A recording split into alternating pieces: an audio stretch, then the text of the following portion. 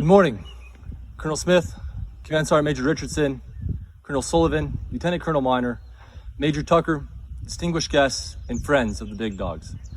Thank you for attending today's ceremony. Before I begin, I would like to mention how honored and humbled I am to my family who traveled all the way from the West Coast to be here today. So from the bottom of my heart, thank you to my parents, Robin and Alan, my step-parents, Jeff and Diana, my grandparents, Nick and Rochelle, my Aunt Michelle, cousins, Brian, Lila, and Colin, and my little sister, Haley. I'd also like to give a special shout out to my girlfriend, Mara. My princess, you're the wind beneath my wings. I love you, and I can't wait to start our future on the mainland together. Now I'd like to give a very fond farewell to the organization that I've been with over the past 2 years. Colonel Smith and Sergeant Major Richardson, thank you for the privilege to command this company. Your inspired leadership has influenced all of us, and your People First initiative has created an unbreakable bond of comradeship and loyalty. Lieutenant Colonel Trakauskas, Command Sergeant Major Calvillo, and the rest of the staff, thank you for extending this philosophy at the battalion level. Your wise guidance and prescient decision-making has helped us all develop as leaders. In terms of assisting us with planning or helping us with administration, you're always understanding. But in terms of pursuing a climate replete with integrity, inclusion, and professionalism, you were relentless. And Colonel C, I appreciate you tirelessly extending your time to develop your commanders. You've been my mentor my entire journey in command and have shown me invaluable leadership experience that I will take forward with me always. I received outstanding developments from my superiors. I would not have gotten far without the commitment and hard work from those that comprise my company. I'd like to thank my previous First Sergeants Brown and Bravante, for showing me the unwavering support that a good First Sergeant provides. I'd also like to mention my current First Sergeant, David Birch. When I first met Dave, my first impression was, wow, this guy talks a lot. But then I started listening to what this man had to say, and I quickly realized the remarkable experience, sincere empathy, and dedicated work ethic that he brought to this company. You've become my most trusted confidant, advisor, and very best friend to me this past year, and we've all grown tremendously by following your towering example. My gratitude also extends to my officers. I'd like to thank my executive officers, Lieutenant Miles, Lieutenant Faust, and Lieutenant Hubbard for being the center of this company and for ensuring our continued success on dozens of missions, both on and off island. Lieutenant Hubbard, you have excelled this past year as my XO, and I'm amazed at the great work you have done preparing us for summer exercises and for conducting a seamless change of command, tackling adventure notwithstanding.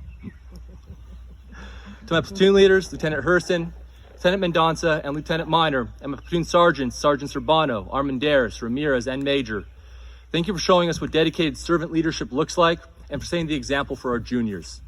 Your resilience, dedication, and ability to project confidence in the face of uncertainty has made you trusted leaders able to take on any challenge that you are confronted with. Now, speaking of overcoming challenges, I'd like to thank the NCOs and leaders of my 12 CPN and JNN teams, as well as my headquarters soldiers and NCOs. As junior leaders, you deployed abroad, everywhere from Louisiana to Japan. You troubleshot and fixed complex problems under extremely stressful conditions. You overcame the leadership challenges associated with operating in a COVID environment, and you have succeeded in your mission to provide expeditionary communications across the Pacific and onward. You have shrugged off the tyranny of distance and the fear of deploying overseas, and have all shown competence beyond your current grade. You represent the very best of us in this company. And to my most junior soldiers, the success of our mission is not contingent upon what order I put on paper. It is contingent upon the men and women who carry that order out. You are the ones who have done this, and you have done so with ownership and pride. Your willingness to learn, ability to take initiative, and determination in keeping your chin up in the face of adversity has inspired me and indeed the rest of this battalion. Looking back at my time in command, I can't say that my fulfillment came from giving a good briefing or overseeing a successful mission, but rather it has come from getting to know all of you as people. It has come from having the ability to help you with problems and the pride associated with seeing you become adept at your craft to serve our nation with honor.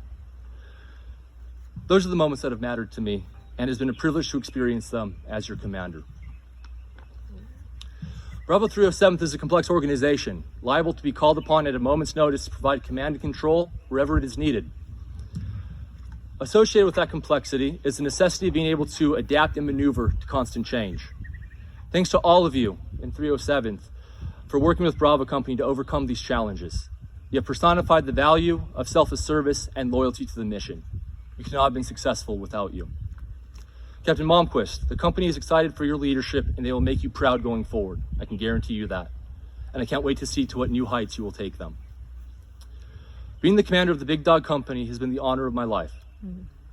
I will forever cherish the lifelong lessons and relationships that I have fostered here and will forever regard all of you as family. Voice of the Pacific, providing the best. This is Big Dog 6, signing off the net.